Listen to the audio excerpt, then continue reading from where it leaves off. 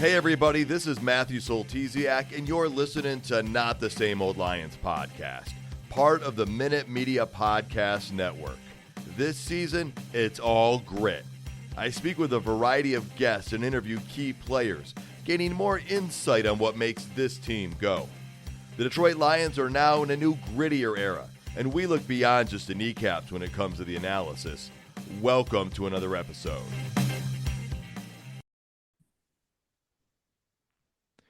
In this episode, we finalized any remaining thoughts we have on the playoff loss.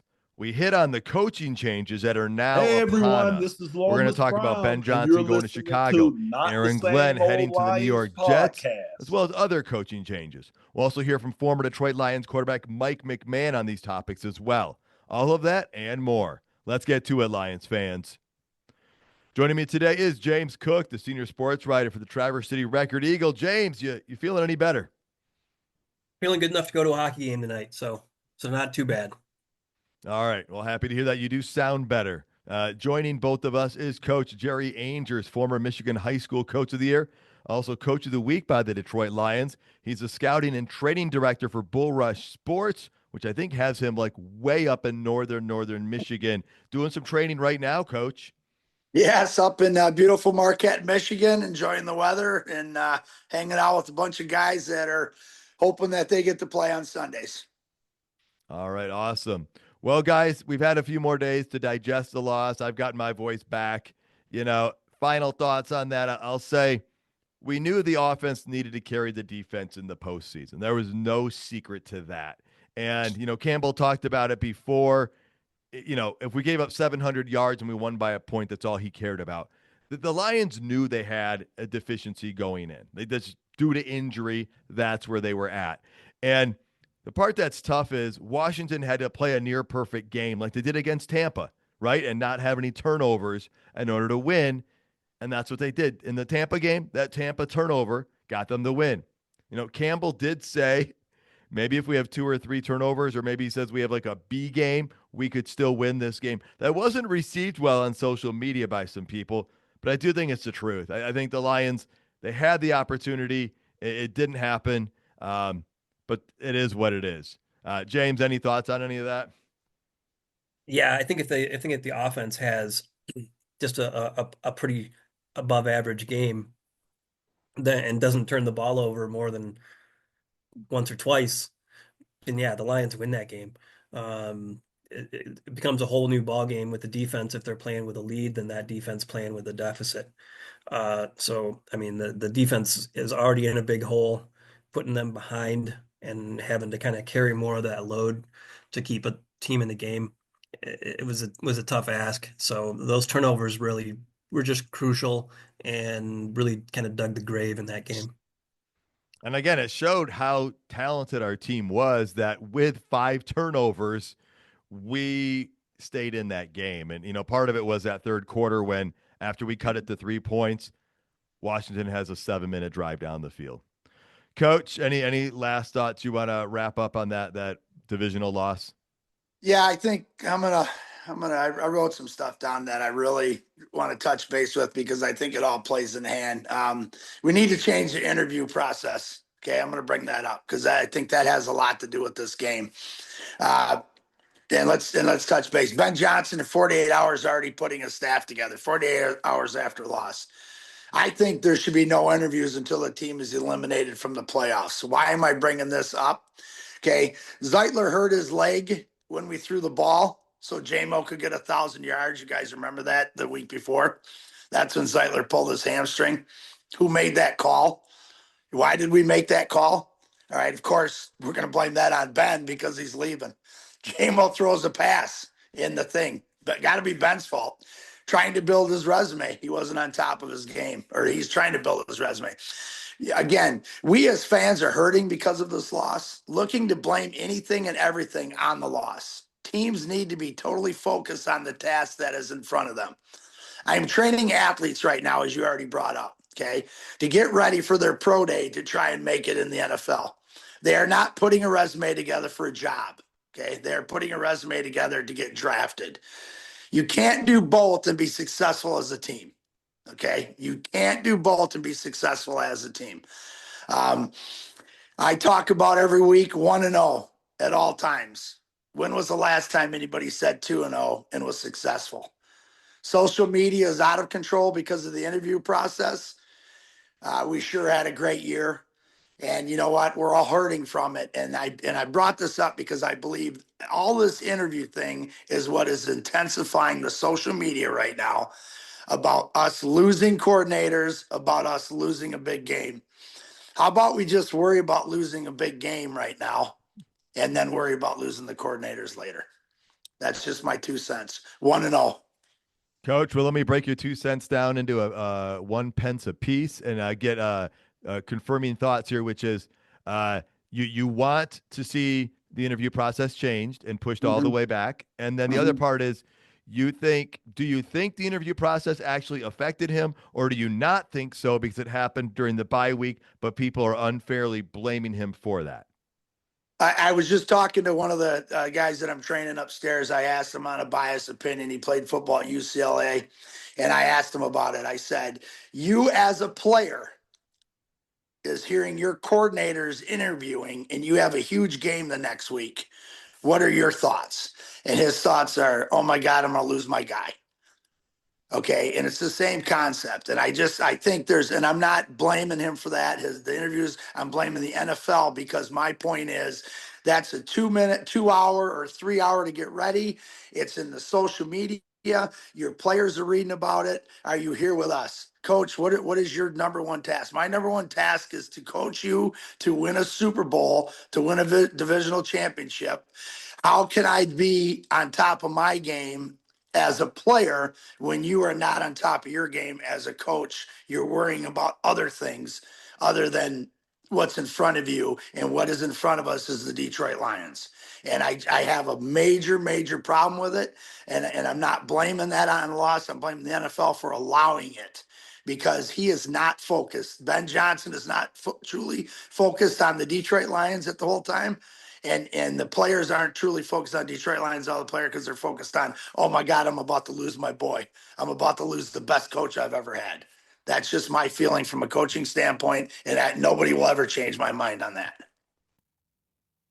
It's a new year, 2025, and you're probably thinking, how am I going to make this year different? How can I make this the best year ever? How am I going to build something for myself?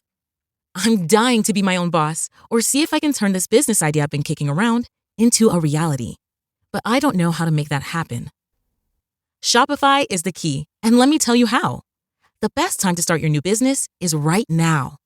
Shopify makes it simple to create your brand, open for business, and get your first sale.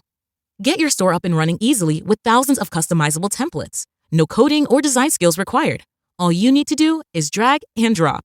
Their powerful social media tools let you connect all your channels and create shoppable posts and help you sell everywhere people scroll. Shopify makes it easy to manage your growing business. They help with details like shipping, taxes, and payments from one single dashboard, allowing you to focus on the important stuff, like growing your business. What happens if you don't act now? Will you regret it? What if someone beats you to the idea? Don't kick yourself when you hear this again in a year because you didn't do anything now. With Shopify, your first sale is closer than you think. Established in 2025. Has a nice ring to it, doesn't it? Sign up for your $1 per month trial period at shopify.com/redcircle, all lowercase. Go to shopify.com/redcircle to start selling with Shopify today. Shopify.com/redcircle. All right, James, you want to weigh in on this? Yeah, I think similar. I don't think that any team should be allowed to conduct interviews for head coaches until after the Super Bowl. Put them all on even footing. Everybody has to wait until after the Super Bowl, and then the coaching hire thing starts. The whole system starts then. That way, teams that had a good season, if they happen to have a coach leave or anything like that, all the teams are on the same ground as far as trying to be able to schedule interviews. You get some teams that aren't in the playoffs, they're firing coaches already.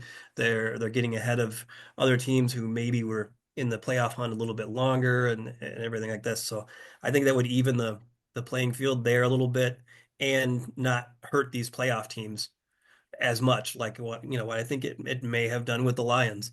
I don't know that that's a fact, but I mean, it seems like something that certainly could be. I think the same thing should be for college too. A coach can't leave his team before they play their bowl game. I don't see the NCAA changing that, but that's the way I think it should be. A coach should have to play his coach's bowl game. Okay. Well, I guess I've got a slightly different take, but similar take, or I've got a blend of your ideas, which is I like the idea of changing the interview process and the timeline on it for sure. I do think that would be good. And I do like the idea of putting everything on even ground. Now, the interviews that Ben Johnson took and Aaron Glenn took was during the team's first week, the bye week part where they didn't have the opponent. And Campbell had told the people, hey, it's your own time. Do what you want with it. He wanted people to just get away from things. And they weren't preparing for a specific opponent. So I don't think it played into that. But I agree with what Coach said is it creates a narrative out there. It creates a perception on social media. And if you know that your coach is interviewing, something does enter your head, at least as a player, as a teammate, as a staff member, that, hey, this guy might be gone. And it just adds one more piece of noise. So yeah, it'll be interesting to see if any changes do get made. But that would be the most even footing for everybody because, like you said, teams that didn't make the playoffs and fired their coaches had an early start on things. Well, guys, I had the opportunity to speak with former Detroit Lions quarterback Mike McMahon, talk to him about the loss and about losing coordinators and the team moving forward. Here's that interview. Joining me today is former Detroit Lions quarterback Mike McMahon. He was a member of the Detroit Lions from 2001 to 2004. Mike, thanks for taking the time to speak with me today. Yeah, for sure. Happy to be here. Now, Mike, since you've left the team and the league, you've remained a diehard Detroit Lions fan, even though you reside in Pittsburgh. So tell me a little bit about that. You learn about the NFL business, and I think a lot of times when a lot of players, your career ends. Sometimes it goes on and you can, like Tom Brady, you retire when you're ready. And then there's other guys that, you think it's going to go on a little longer than it ends abruptly. And you're kind of left wondering. And, I played for a couple teams that bounced around. And at the time when I was in Detroit, we weren't necessarily doing too well. We were struggling. We were kind of going through the ups and downs. We opened Ford Field, closed the Silverdome, opened Ford Field. And, a lot of times when you're going through those growing pains, you're like, free agency comes, another team's going to be better. And I ended up moving on to Philly and, they just came off a Super Bowl. But the one thing when I look back is, Detroit drafted me, it gave me my first opportunity. But the other thing is you learn a lot about the city, about the area. I developed a lot of friendships outside of football. And then even the locker room, I just felt like the locker room was a much better family-oriented type locker room. The players, we just gelled better. There was, you go to Philly and there's a lot of egos and there's a lot of other things you deal with. And I bounced around the Minnesota, played in the CFL, and I just look back and, some of my favorite memories was from Detroit, being with the Detroit Lions, and they were the team that drafted me. So I've always had a special place in my heart for them. Once my career ended, after the CFL, the UFL, I always just rooted for Detroit, and it was just tough. You see it, you see Stafford out there and you're like, oh man, they've got the players, they just need this, they need that. And I do remember, and I don't know if he got it, but I did write a letter to Dan Campbell after his press conference. And I love what he's doing. He's a former player. You could just see his true passion, and it wasn't put on. I've been around long enough to see, different personalities, and especially being involved in some media stuff and the coaches. And a lot of the times, people put on like a persona that they want people to believe who they are. And when I saw his opening press conference, you could just see that was just his true self pouring out his passion. And I wrote him a letter and I was like, man, I'm excited. and it just felt different. And I think Brad Holmes has done a great job of drafting what the team needs, not going after like, the sexy pick at the time. Like you got to build, and what they've done, he's built a culture. He hasn't swayed from that at all, and it's great. And it's great. I'm happy for the current players because I know how hard it is for them to have turned that over and made that jump. I know how difficult that is. I'm happy for the fans because I know what they put up. I'm happy for the Ford family, and it's finally great to see the success that they're having. That it is. And, the conversation is not going the way we maybe thought this would go at this point. The Lions coming off a 45-31 loss this past weekend. What, you've had a couple days to digest it, but what's your reaction to this result? It's tough. They were such a good team. They were banged up. You look at the defensive side of the ball specifically, they were really beat up, and it was gonna be a tough task, but you have to give the Commanders credit, because I've seen some of their games this year, and there was times where I'm like, Jalen Daniels, he looks like he looks like a rookie, and then there was times where you're like, man, he looks like an All-Pro, and I'll tell you what, he looked phenomenal. Now, there was the injury in the second, third play of the game. Yeah, there was a key injury to Amik Robertson. There were the turnovers. Those were some big things that were critical. Was there anything else that stood out that was critical in this game, or was it kind of a collection? The Commanders made some big plays. That quick screen to McLaurin. They had a little 2-on-2 matchup. McLaurin did a nice job of shielding and broke a tackle and made a long play. And it's tough because that's, that happens. It happens in the NFL games. You always got to be able to make those plays. And the one thing for the most part, as the season was going on, I saw Detroit's defense making teams earn it and not giving up those big plays. Honestly, I felt like the Commanders did a little – they won the battle at the line of scrimmage. There was a few times, they were running and everyone kind of knew they were going to run it, and they were still, picking up those 2-3 yards, even when it's like it looks like nothing was going to be there. They were able to get it, and I felt like Jared Goff didn't quite have the protection that he's had in the past. Obviously, he's had some games where he's getting pressured and stuff, but I just felt like it was a little bit. The Commanders did a nice job of mixing things up. They got after him, but they also disguise their coverages, and you can't turn the ball over in the playoffs. And once you get behind, it's tough to come back. I honestly thought that 2-minute drill, they were driving, they score a touchdown there.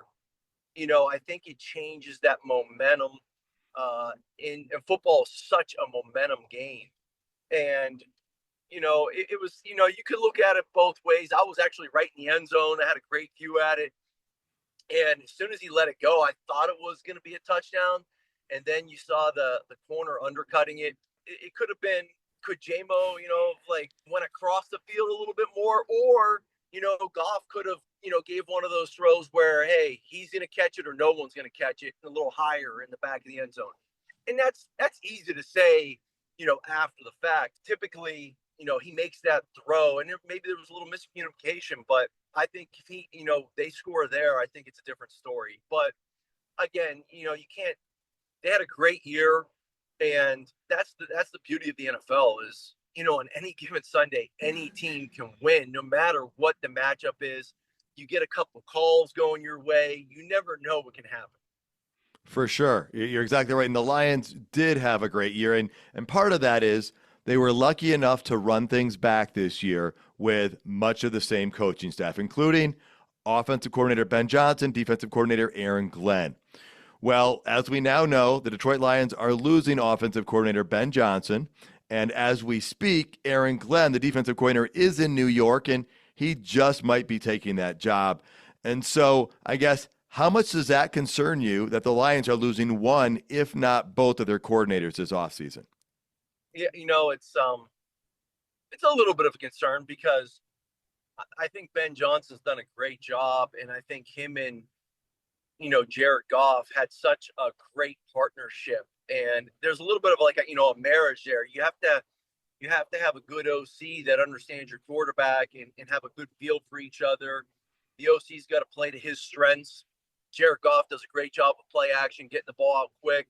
He's very creative in the play calling, and I just thought they had a great marriage. And I'm curious to see how that's going to go forward. However, the one plus side is, you look at, Ben Johnson the last 2 years, he's withdrew his name kind of like at the 11th hour. I'm going to stay as the OC and I'm going to try to give this a go in Detroit. And, with that being said, the staff in the building, you're grooming the staff in the building. I know Mark Brunell is the quarterback coach. I love the fact that they have a former quarterback coaching that position.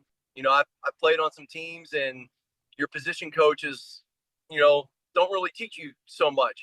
My best quarterback coach for me was Ty Detmer, and he was on the roster. He taught me more about understanding the defenses and progressions and the plays than anyone. And I think, with Mark Brunell being there, it's easy to say, hey, you got to get rid of the ball here. You can't take that sack when you've never played it. And there's times when you're like, hey, that's a tough one. All you got to do is eat it, and that's good. Because here's the thing. When they say get rid of the ball and you throw it away, and then all of a sudden something bad happens, then they're like, well, hey, you just got to eat that one. So it's very easy to go back and forth. So when a guy's been in that position, has played that position, and that's what I think Dan Campbell's done with most of the positions on his staff. He's got a lot of former players. They've at least been there and can say, all right, listen, I've been there. You can make that play. Or, all right, that's a tough one. So, but Ben Johnson extending him the last 2 years in the position coaches, the meeting rooms, Hank Fraley, I played with him in Philly. He's the offensive line coach. They've all been in the room together. So they've kind of got a sense of, they've learned under Ben Johnson on how he does things, and they can I don't know what they're going to do, but they could probably promote within. And, if they're looking for a quarterback coach, they promote Mark Brunell. I'd love to come up and coach QBs. Trust me, that's my thing. But no, again, with Aaron Glenn, losing him as well, they're going to have, if they lose him, I'm sure there's a guy that has been very close to Aaron Glenn in the building the past 2 years, and picking his brain every second he's got. I mean, I'm sure Aaron Glenn and Ben Johnson, I'm sure those guys. Dan Campbell seems like a guy that he wants not only his players to be successful, but his coaches. And if they have dreams and aspirations of moving on, he's going to help them. And and he had his chance, and he's learned from other great coaches, and I'm sure he was giving them pointers on going through the interview process. So with that being said, I'm sure they'll have someone where there'll be a drop-off. We just don't know. You never know until someone gets that opportunity.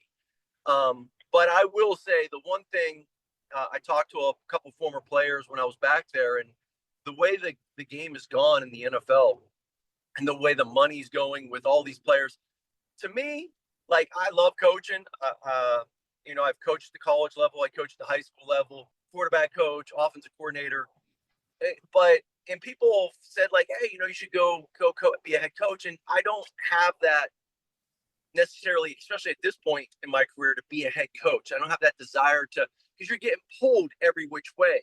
And how the Lions have it set up, to me, I grew up in Pittsburgh. I was a Steelers fan until I played against them.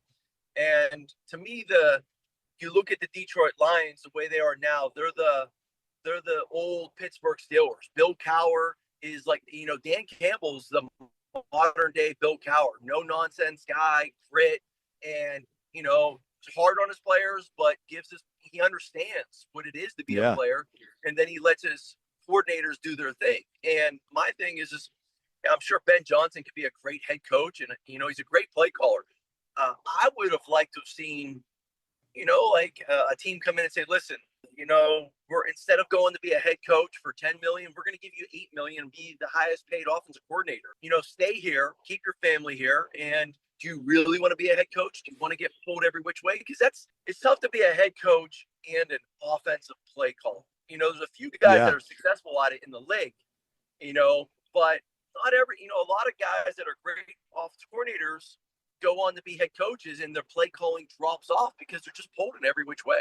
Well, let me ask you this, and yeah, you're right. It's very different to be a head coach versus the coordinator. But Ben Johnson going to a division rival, the Chicago Bears, does that hurt a little bit more with this taking place? And then does that give Chicago an advantage against the Lions next year, or vice versa? Do the Lions have an advantage knowing him so well?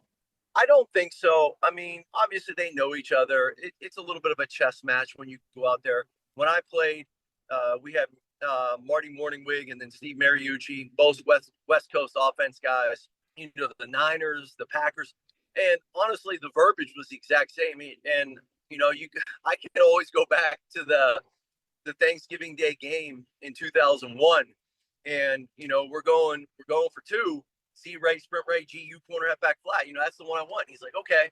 And we lined up in the formation. And as soon as I put Johnny Morton in motion, all of a sudden, the whole Green Bay Packer defense is yelling, sprint right, G, sprint right, G. And I'm like, oh my goodness, they know the play, you know? So there's a lot of that. That's been going on for years. There's a lot of the same terminology. I'm sure teams will change it up.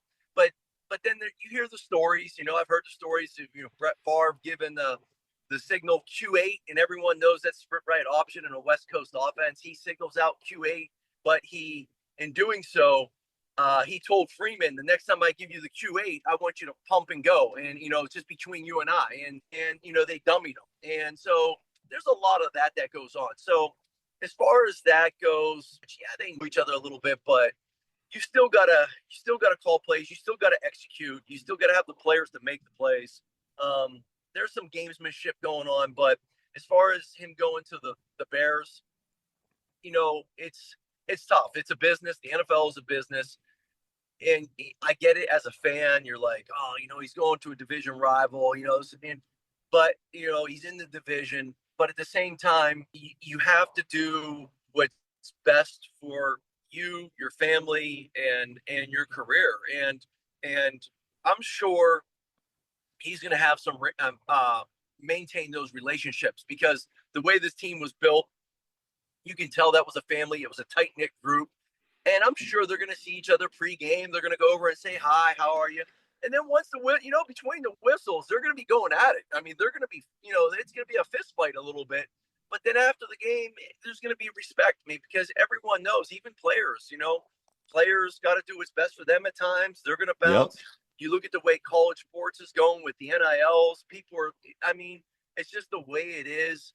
And unfortunately, you know, the loyalty it's got to go to your family first before to a team, because it is a business. And if you're not producing, you can get canned pretty fast. So, I don't, you know, hold a grudge against Ben Johnson for doing what he's got to do, what's best for him and his family.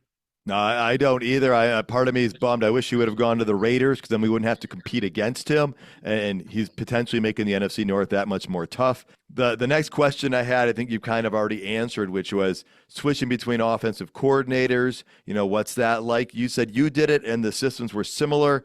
With the Lions being so successful, would you expect that whatever they do next year, it's going to be rather similar to what they've been doing rather than making a major overhaul?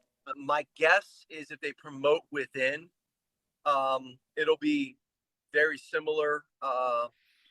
Probably most of the stuff will stay same verbiage, maybe change a few things, maybe throw a couple wrinkles in. But it really, you know, if they promote within, I wouldn't expect too much change. But the change you're going to notice is the rhythm of the play calling, whoever the play caller is. Did he have the same view, or does he have a little bit more of a different philosophy, you know, and how does he view the team's strengths and weaknesses, and who do they get in the offseason and free agency and in the draft? Like, you know, obviously you want to play to your strengths, and you're going to lose some players, you're going to gain some players, and that's going to change things a little bit. But I think it's really going to come down to the personality of the play caller who is promoted. And that's where you'll see the biggest change, if it's promoted within. Now, if they go out and go outside and bring in someone else, now you might see a different a different thing. It could be different terminology. It could be a different system. I've always been in the NFL. I was always in a West Coast offense. Every once in a while, like one or two words might have been changed in the offense, but for the most part, everything was the same.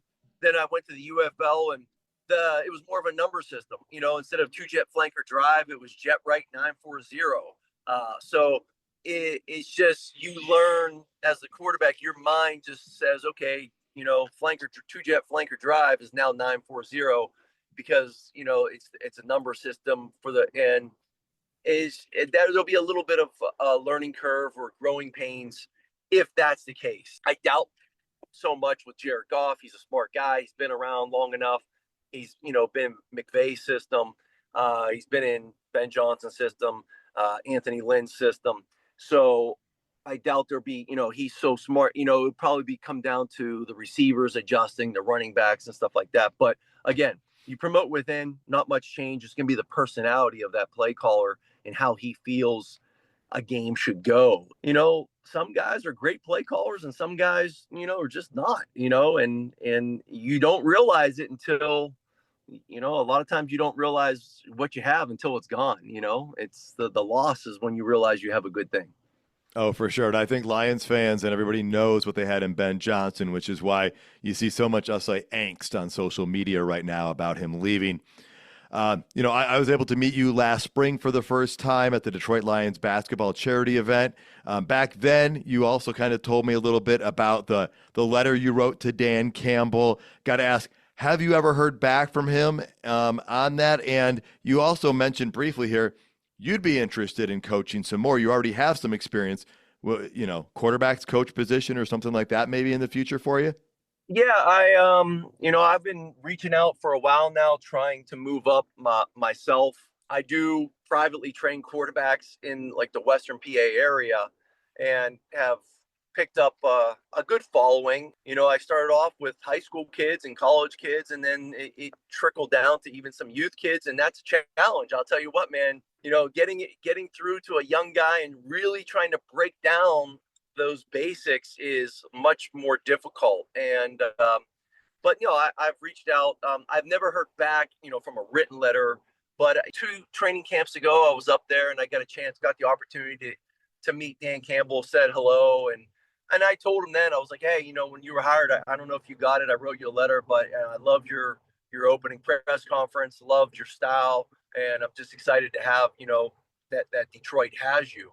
So, I did speak with him briefly then, but if Detroit ever I'm actively reaching out. I reach out to colleges. I reach out to pros.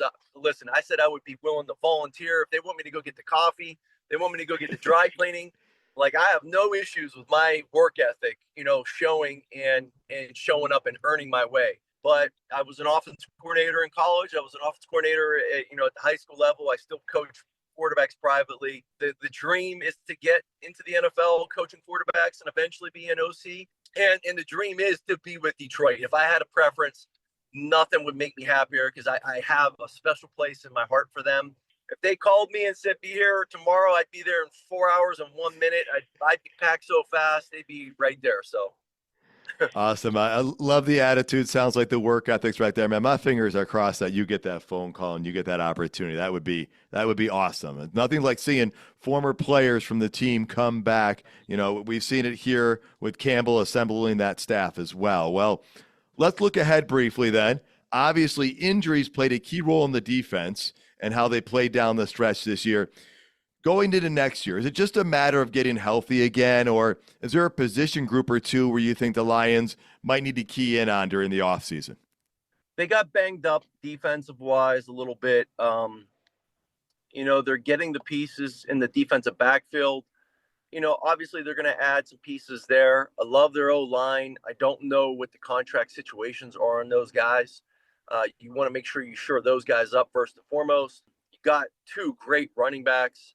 I think you could maybe, and I love Tim Patrick, his grittiness, but again, it's tough when you get up there in age. And I think, maybe one more receiver. And it doesn't need to be a high round, because you got St. Brown, who is I mean, love the guy, love his work ethic, love how everything he does. I mean, to me, he's my nephew's favorite player. He models his game after him. But I love, he plays way bigger than what he is. Jamison Williams, when he first came in, he had the injury, and people were like, what's he gonna do? And that speed, when you see what he can do, it adds another level to that offense. And so if one of those guys were to get banged up, I think the offense would definitely hurt a little bit. So I think maybe an extra guy. And now I know they got a few guys on the roster. I know they drafted a young rookie last year out of North Carolina. I'm not sure how his development has come along, but yeah, obviously you got to go with what's best for your needs. I'm not quite sure. I haven't looked at what they have coming with free agency and which way they're going. But yeah, and honestly, they probably don't know all those answers right now themselves. I think Campbell was asked about it, and he's like, we got to dive into that stuff yet. So that does make a lot of sense. I mean, they're in the playoffs, and they're not thinking about next year. They're thinking about the Super Bowl, and they're thinking about the next game and moving on. And now that reality kicks in, and okay, I saw his press conference. You go from sad, then you go from angry, and then you go from, okay, what are you going to do about it? Like, you're going to sit and sulk all day, or you're going to move on? And now it's all right, down to business. What do we got coming up? Who's moving on? Who do we got to re-sign? Where are we at with the contracts? And then let's evaluate. We got to evaluate what we need. And at the same time, he's probably, sitting down with Brad Holmes and discussing, who they're going to bump up or who they're going to bring in as the new coordinator. So there's a lot that needs to be done that people don't realize. I mean, it's not like the season's over. They're let's take 2 weeks off. No, they got to move on and get right back into it. That they do. And even though the loss of this stings, the Lions have just had 3 winning seasons in a row. At first glance, I think the last time that happened was 93, 94, 95. And so how much optimism or a message you have for Lions fans who are a little frustrated by the way this thing ended, that you still have optimism towards next season? I think there's optimism, just because, again, I'm not 100% sure, but I think for the most part, you've got the majority of your roster coming back. You've got Dan Campbell. You've got Brad Holmes, who's going to be able to fill those needs, and the culture is in place. It's not like you're bringing in a new head coach and you're losing him and you're losing the players. Dan Campbell came in, turned this team around, but he instilled a culture there, and the players run that culture. When you build that culture, at first it's the coach, and then the players take it on. And now, to keep it going, now it's the players. It's the players are going to keep that culture, and they're going to police themselves. They're going to hold each other accountable, and they're the ones that are going to keep this thing going. And that's kind of what it is. And Dan Campbell's done. He's the guy that built it, and he's going to make sure it stays there. They're not going to bring in guys that are going to tear that apart or bring in a cancer to the locker room. They're smart like that. And the players, I think the players know, if they were to bring a guy in and he were not to fit in, they're going to have him, change his attitude. Otherwise, you're going to be on your way out, because that's just what happens with good teams when you build that kind of culture. That makes a lot of sense. Mike, any final thoughts that you'd like to share before we get out of here? No, it was just, I was there. I was heartbroken, just the same way everyone else was. I know a lot of people, are so quick to turn and, Jared Goff, this. And listen, the guy's a great quarterback. I love his game. He's smart. He is perfect for what they have. He's got many years in him still. And I think he's the right guy. He's got the right mindset, what he's been through. Yeah, listen, for all the years the bad years, the fans have put up with, it's okay to give a player a break here. Listen, he went a whole season, 2 losses, and his 3rd loss was a playoff game. Just unfortunately, it's that way. But I think the fans should recognize, like, hey, listen, it was a good year. It didn't end the way we wanted to, but it's just going to make these guys hungry. And next year, you're going to be surprised. They're going to, I know they got a tough schedule, but they're going to find a way. They're going to get it done. And this thing's here to stay. Awesome. Mike, thank you so much for taking the time today. Thanks for having me. I appreciate it. Enjoyed it. Folks, that's former Detroit Lions quarterback Mike McMahon. We appreciate all of his insights. All right, guys. So Great insights there from Mike on the loss and the coaching changes coming up, among other things. Oftentimes, our show, we start with a recap, our initial reaction to the results of a Detroit Lions game. Well, let's do the initial reaction to Ben Johnson leaving and going to the Chicago Bears. He was the first coach hired away from the Lions. James, let's start with you. Yeah, I was one of the ones that I thought that Chicago was not a great fit for him. It seemed like in all the things that he requested and then he put out there and that he wanted is that he wanted his own kind of general manager in place, and that he did not want Ryan Poles in Chicago, and they did not get rid of Ryan Poles. So I was pretty surprised when they did hire Ben Johnson. So, obviously Caleb Williams and Jared Goff are different kinds of quarterbacks. I don't know that Ben Johnson is married to just coaching one kind of quarterback or anything, but it's going to be a different kind of thing. I kind of struggle seeing how it's going to work for him. It's going to depend a lot on who he hires as his coordinators. I don't see him being the same kind of motivator and leader of players that Dan Campbell is by any means. He's a great X's and O's, great schematic, genius that way. But I think we also saw, if you looked back to after the Lions got rid of Anthony Lynn and Dan Campbell was calling plays, what the offense that they were running when Dan Campbell was calling plays and the offense they ran when Ben Johnson was calling plays is not all that different. So it'll be really interesting to see. We witnessed Caleb Williams' struggles reading defenses last year. We saw the talent, obviously.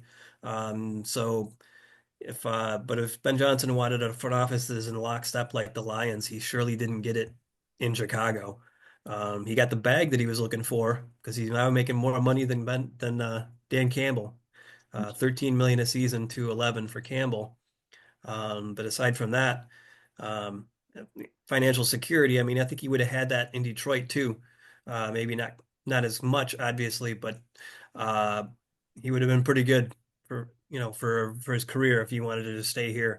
But he got that bag. All right, Coach. Not only losing Ben Johnson, because we kind of thought that was going to happen, but then going to division rival Chicago Bears. And I want to say right now, before you react, I'm mad at both you and James right now. Just the same way I'm mad at Sam Darnold, okay? I told you before, Sam Darnold tricked us fans and a lot of us into thinking how much our defense had improved that game. Weeks ago, you both told me he's not going to go to our division rival. He wouldn't do that. And so you calmed my fears a little bit because I'm like, Chicago's the best place and for many reasons, although James brought up some points that counteract that. But I just want to say, it hurts a little bit, guys. Coach, want to have you weigh in on this, and then I've got some more to add. Well, let me weigh in on your statement. Let me bring up James's point. When Dan Campbell took over the play calling for Lynn, okay, listen to those numbers, guys. We went 3-5-1. We averaged over 23 points a game. Okay, it's not the 30-1 that we average now. Goff did not play in 3 of those games, and our roster was not even as close to what we have now. Mm-hmm. So not really worried about the offensive coordinator position right now for Detroit. Coach, that 3-5-1, all the other games that year that they played before that were all winless. It was like 0-8 or whatever at that point, or 0-9. Yeah. So great find right there. Yeah, so I like that. So on the thing, I am shocked as anybody that he went to our rival, that he went to Chicago. I guess, he said his statements were he wanted to be in the best division. He wanted to go against the best coaches in Dan Campbell and KOC. And he loves beating Matt LaFleur twice a year. He did play to the Bears crowd for that one, didn't he? Yes, he did. So, I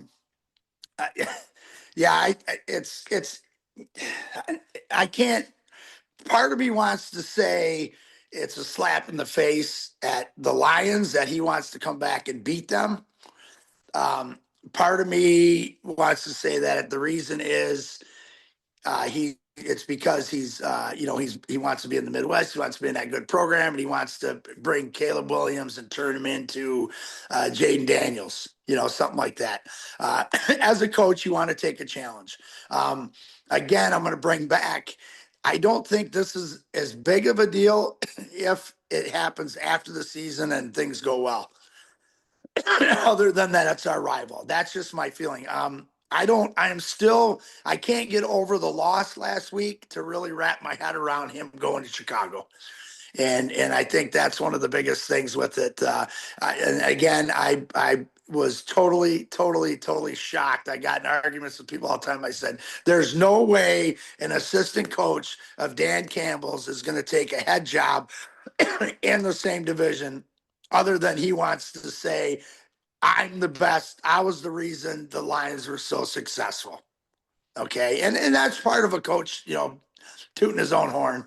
Well, let me throw something out there, Benny. You ain't going to beat the Lions, brother. Good luck. Coach, I hear you on that. I remember us having that discussion on going to the division rival. And, there's a lot of social media angst about this move from Lions fans. And you're right. You couldn't even start the healing process yet from that loss that I even put on there. It was we got a gut punch and then we got a kidney shot right after that. And it was come on, man. But, if you look as we get to the Aaron Glenn stuff, there's nothing but love for that guy because of a couple of things. I still remember having the conversation with my uncle, and I said, you better watch out if he goes to the Raiders. They're going to be good, because my uncle is a big Denver Bronco fan, and he goes, well, I'm not so sure Ben Johnson's going to be that great as a head coach. I said, I'd rather have him take his chances out there with the Raiders than staying in the division with Chicago. And, I look at it, and you're right. Taking it in the division, that's where it really hurts, because you're the Bears can't get out of their own way enough. Let's just keep it that way. I said last show, let them hire Mike McCarthy or somebody that's not Ben Johnson, basically. But I also think, can you blame the guy for a couple of reasons? Do you want to go to the New York Jets as an offensive-minded coach right now? I don't think so. Do you want to go to the Raiders? Is there a better spot out there with a more talented roster with just a few things to adjust? Well, as James pointed out to us earlier today, the Jaguars' position got a little bit more attractive with them getting rid of their GM, and they do have Trevor Lawrence there.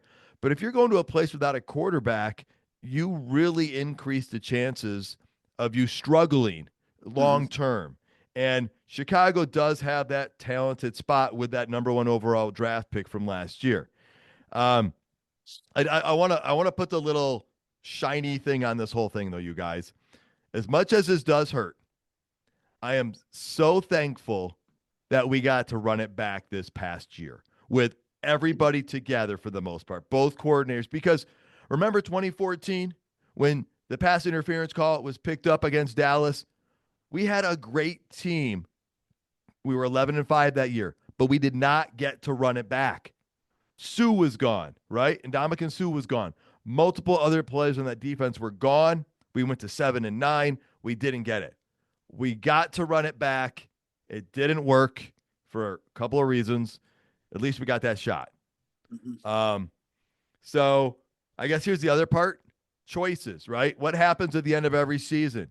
Bad teams fire their coaches. Good teams have their coaches poached. And that's what happens. It hasn't happened to Detroit. I mean, when's the last time an assistant coach was hired away to be a head coach? Well, it happened twice this season. And I don't know that it's ever happened in the Super Bowl era for Detroit. So it's painful. It's a different type of pain, though. So, all right. Well, Coach, what did you want to weigh in on? That's just all new ground for us. Winning divisions 2 years in a row and now losing coordinators, but not losing a big game. 48 hours losing your best OC to a division rival. That's just tenfold, guys. That stressor is just tenfold.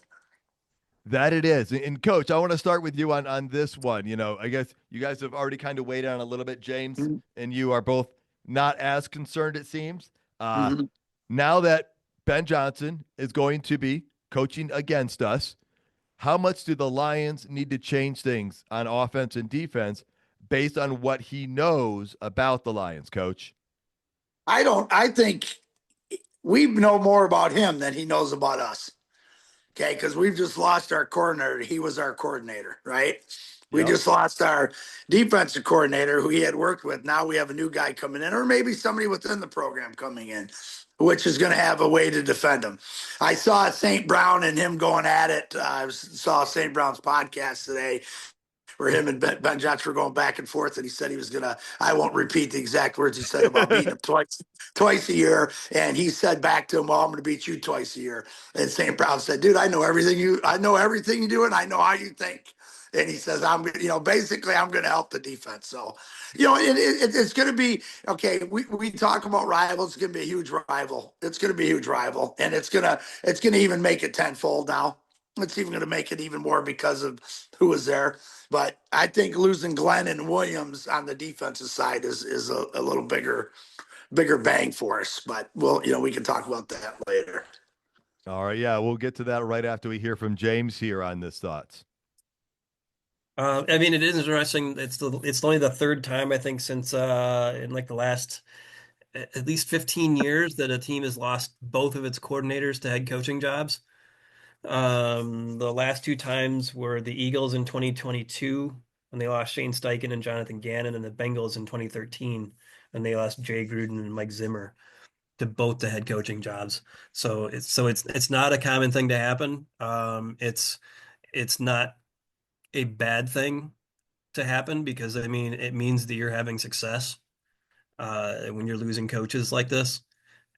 So you've also got Deshae Townsend is having an interview, I think, with the 49ers for their defensive coordinator position too. So there's another assistant that could be gone potentially, and he's the DB's coach.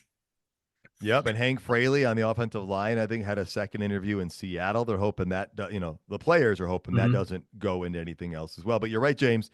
Success breeds this as opposed to the opposite option. Yeah, for sure. And then there's also some rumors that Aaron Glenn might be taking Mark Brunell with him.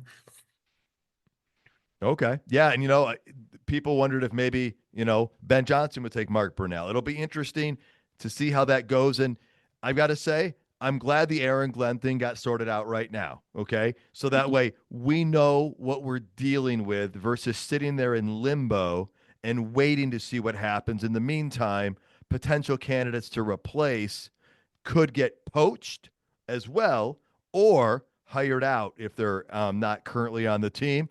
But let's switch over to Aaron Glenn. Let's switch over to the defense. He is leaving to take the New York Jets head coaching job. And if you want to put, because it's on defense, defensive line Terrell Williams is also heading east to New England to become their defensive coordinator. Coach, what are your thoughts on both of these? Oh, I think that's a big one too. Williams, especially because of what he did with our D line this year with the mash unit of D linemen and the pressures and stuff they put on it. So I think that's huge. I mean, I'm happy for both of those guys, especially Williams. He's been assistant for years. He was an assistant head coach for Vrabel too, and then for him to get his opportunity to call the shots, even though Vrabel's defensive-minded head coach, but he'll have a lot of put into it. So, and I know the guys liked him. I mean, the guys liked him. The problem is the guys that we have leaving, all the players liked them. Like guys. It's not like. I mean, you don't see anything bad coming out of them yet. So, but if we can keep the guys that we have in house still around, with the linebacker coach Shepard, you got Fraley. Hopefully he sticks around, and keep at least some of the recipe together. It will help whatever we bring in smooth things over. One other thing too, I wanted to bring up real quick. I don't know if you guys saw what the Rams lost. I think it was in 19 coaching wise, and then turned around in 2021 and won the Super Bowl. There's 3 head coaches off that staff that they lost. So it's kind of it's doable, and we got MCDC, which at the closing remarks I'll bring up why I feel comfortable and excited about next year, even though I'm still hurting from last Saturday. Sounds good. Yeah, I'm excited and happy for Aaron Glenn. If Ben Johnson had gone to the Raiders or to Jacksonville, you'd see the same happiness for him. It does hurt to, have him go to the division rival again. I am hoping some of those other guys like Calvin Shepard do stick around. We have built guys, Dan Campbell has intentionally coached guys up because he wants people to be able to get promoted, to ascend. You saw what he did, as you brought up before, Coach, in that first season when he found Ben Johnson to call or to help out while the Anthony Lynn thing wasn't working out. And so I think that's big. I think that's the biggest thing is we have Dan Campbell still, and we have Brad Holmes. I mean, you got those two guys, you got a lot of hope, you got a lot of potential. James, where did you want to weigh in on Aaron Glenn and Terrell Williams both leaving? Yeah, you alluded to it a little bit earlier. It's just the noticeable difference in the players' reaction to the two losses. Aaron Glenn's getting players congratulating him on his new job, giving him pats on the back online, all this stuff. When his hire was announced, there was like none of that. It was crickets when Ben Johnson got hired, aside from like David Montgomery posting an Instagram post, which That was a good one. visually, I don't know how to describe it other than him giving kind of like the Scooby Doo what look to Ben Johnson, because obviously he came from Chicago and did not like it there. And That's a great point. That's a very good point there. Yeah.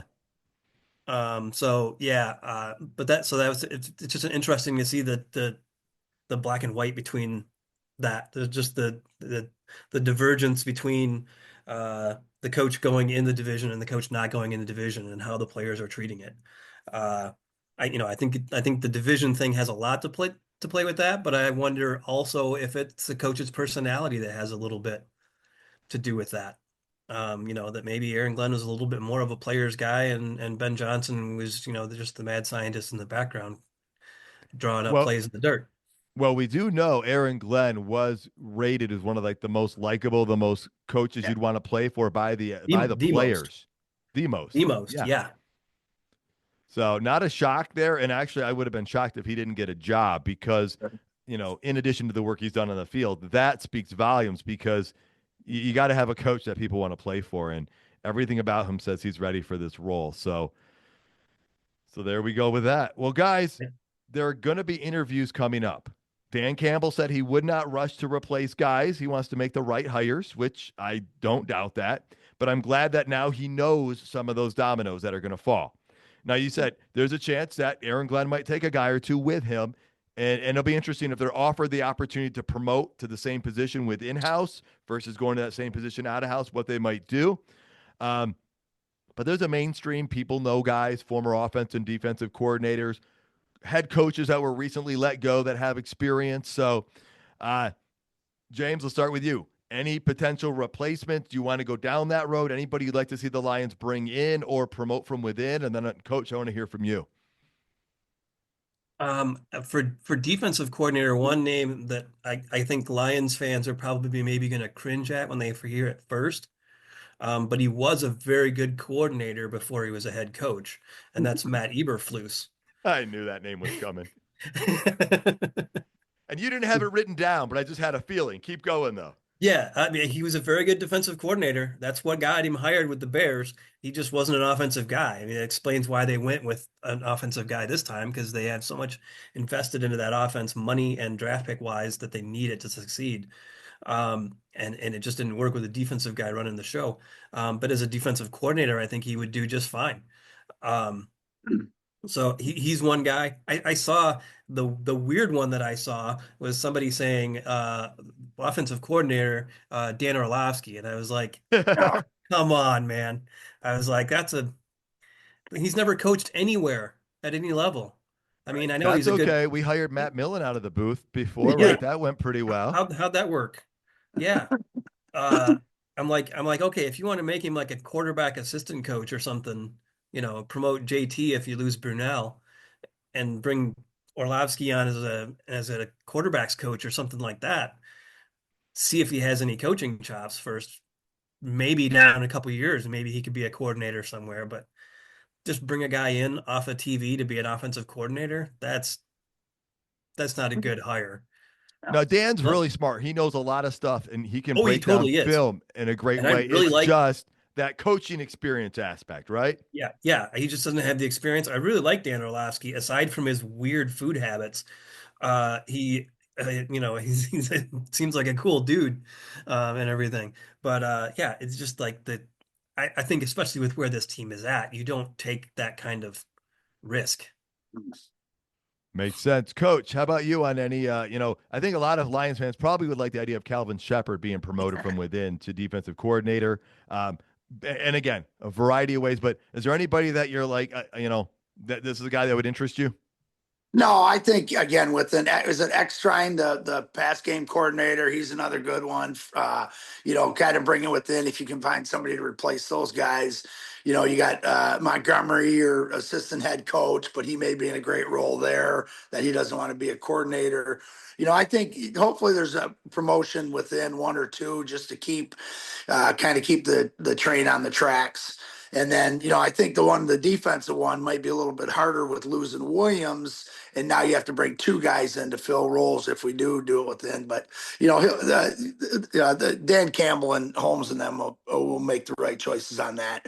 Some funny ones I saw out there. You got Solomons out there, who's a Northern Michigan guy who played at Northern Michigan where I'm at right now, who he's from the Detroit area. Rex Ryan, I saw the Rex Ryan one. Rex Ryan's kid is on the staff with Detroit. I don't know if you guys knew that. So that's why. So there's some funny ones out there. I just kind of laugh at them. It's the social media thing. I kind of clicked it off for a couple of days because it was making me sick to my stomach even more. But and they'll do the right thing. You want to kind of keep keep it within the house and then fit in. Find sort of like they do with draft picks and free agency. Find guys that are going to fit in and fit into our culture and not have to change as much terminology to make things more smooth when we come to OTAs. Yeah, that makes a lot of sense because I spoke to Dan Orlovsky. I spoke with Mike McMahon, and speaking of Dan Orlovsky there and that idea there, Mike McMahon has had some coaching experience since playing in the NFL, and he has expressed interest in wanting to get into coaching in the NFL. He talks about how difficult it is to get in, but that would be interesting to see if he could get a look on the Lions staff as like a quarterback assistant coach or something like that. But he talked about terminology, and when they switched from Morningweg to Mariucci when he was there, the terminology, because they were both West Coast offense based, barely changed at all. And you're right, Coach. It's not like we got to blow everything up because it wasn't working. So I think a similar system makes a lot of sense without changing the terminology maybe too much, because then you're not having to think as much and you can just play with natural instinct. So a few thoughts there, James. Yeah, I think that's why I think the most obvious one on offense is Tanner Engstrand, from in-house.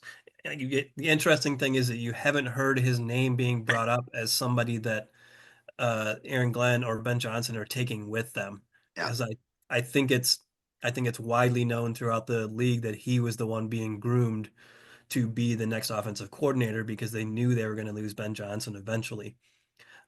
So I think it's his job to lose, kind of, to be the next offensive coordinator, and then the offense I don't think is going to change a ton. I mean, it will obviously some, but it's going to be pretty similar. Yeah, it makes sense. And Scotty Montgomery, in addition to being running backs coach, is the assistant head coach technically. So we'll have to take a look and see. I expect that news to come out in the very near future or whenever they find the guys that they want for those spots. But the Yeah. Lions know they got some openings, James. Yeah, Saleh could have been. I think might have been a choice. Could have been an option at defensive coordinator. I think the Jags moving on from Trent Baalke as GM though makes that job a little more attractive to him as a head coach, and he's got an interview job down there. So I think he becomes the front runner for that job. Otherwise, I think the Lions defensive coordinator job would maybe be one of the better ones out there. You get to take a defense that's going to get all these guys back from this year. I mean, that's an opportunity. For sure. All right. Well, let's move into some final thoughts here, Coach. Anything you want to weigh in on? First of all, I want to put out there that if they're looking for somebody to help out, I can help on the defensive staff. So I just want to throw my name in the hat if they want me. Smart move. I can analytic anything, and I can run defenses. I can give the guys water. But anyways, hey, coach, yeah. I actually heard a rumor. The social media stuff, not a rumor, but we're talking about suggestions. Somebody suggested the Lions should take a look at Wink Martindale. Ooh, I don't know if we want to go to that much blitzing, but Wink's. I've known Wink for a long time, and he's a pretty good coordinator. But that would be. I think Hutch would flourish in that system, and so would Barnes and Anzalone and Nowaski and stuff like that. So, but sorry for interrupting you there. No, that's good. I like it. So, here's my final thought. Okay, the Lions just won 15 games in a season, back-to-back championships, with sometimes having 5 or 6 starters out as well as missing backups and bringing guys off the street or off of somebody else's practice squad. Okay, we just won 15 games doing that. We never heard a thing about that. All we ever heard was just the next man up. No different with the coaching staff. Next man up. Looking forward to next year. Here, coach. And you know what? We'll even be able to go into some of that deeper when we do our season recap episode, because you bring up some very excellent points right there. James, final thoughts. I don't know. On the whole coaching thing, I think, the Lions are going to be a destination. They're going to have their choice of who they want between a lot of good guys. So I don't think that they're going to take massive steps back. They're going to have good people to choose from. So I'm not incredibly worried. It's also very nice now to have 2 extra 3rd-round picks. Yes. Yes, we'll get a 3rd-round pick this year and a 3rd-round pick next year as part of the Aaron Glenn being signed by the New York Jets. That's nice. We didn't have a 3rd-round pick this year. I think we'd already traded that away for Carlton Davis. So, they traded Davis was the one last year. They traded the 3rd this year to move up to get the pick for Manu. Oh yeah, you're right. Yep, they did. And, guys, after the season recap episode, we'll be looking very quickly here at the free agents the Lions have and the roster that, where it stands and what it could look like. So those draft picks are going to matter, though, because they always do. Owner Sheila Ford Hamp sent out an email, a letter to season ticket holders, talked about how, the Lions are disappointed with the end of the season, as they are, as much as they understand how the fans are, but they're still optimistic about what they built. A friend of ours who has season tickets, she actually got them after listening to the podcast, and I kind of gave some advice about getting your name on the list quickly if you wanted to do it. She did it. She got them, and she spoke with her ticket rep and said, Detroit Lions season retention rate, even with the price increase, is 98%.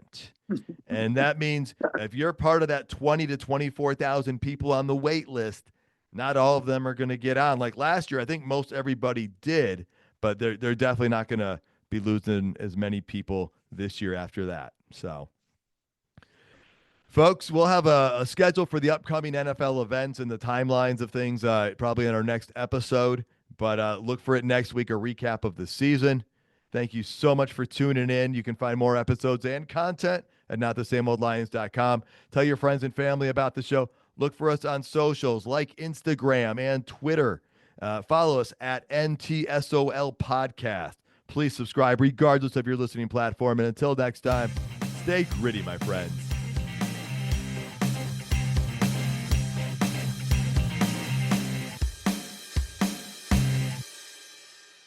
Why choose a Sleep Number smart bed? Can I make my side softer? Can I make my side firmer? Can we sleep cooler? Sleep Number does that. Cools up to 8 times faster and lets you choose your ideal comfort on either side, your Sleep Number setting.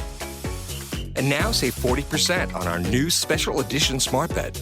All Sleep Number smart beds offer temperature solutions for your best sleep. Exclusively at a Sleep Number store near you. Learn more at sleepnumber.com.